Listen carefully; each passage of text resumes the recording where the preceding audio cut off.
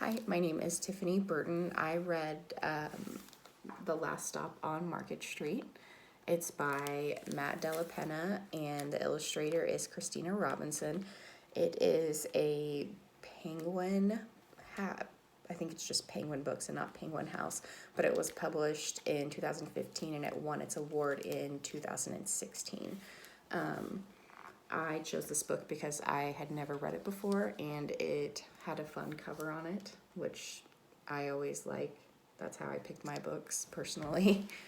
I thought the illustrations in this were really neat just because they looked kind of like something that I would be able to do, and not have to be really good at drawing to make them look nice. And I think that kids would be able to do that as well because I can't draw.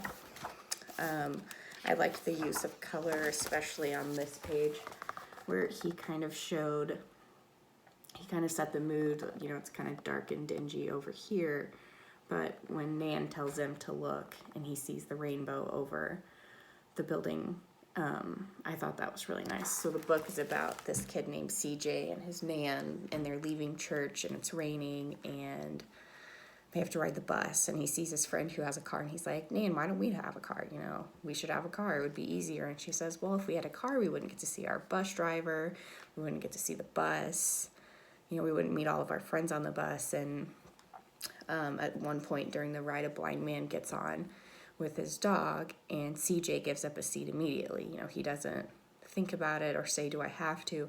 He just gets up and gives the blind man his seat. Pretty much throughout the story, the kid is complaining the whole entire time. You know, why do we have to do this? Why do we have to ride the bus? Why do we have to go downtown? And then once they get there,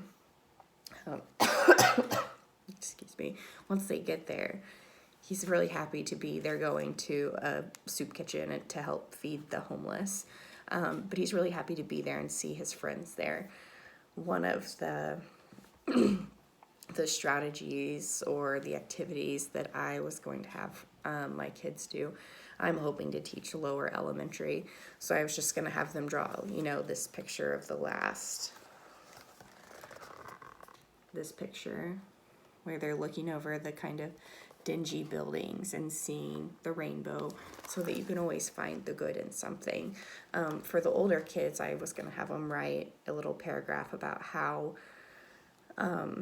you're either, do they think you're born happy or do they think you have to try to be happy? And then what are some things you need to be happy? So that was my experience with the Newbery book. Thank you for your time.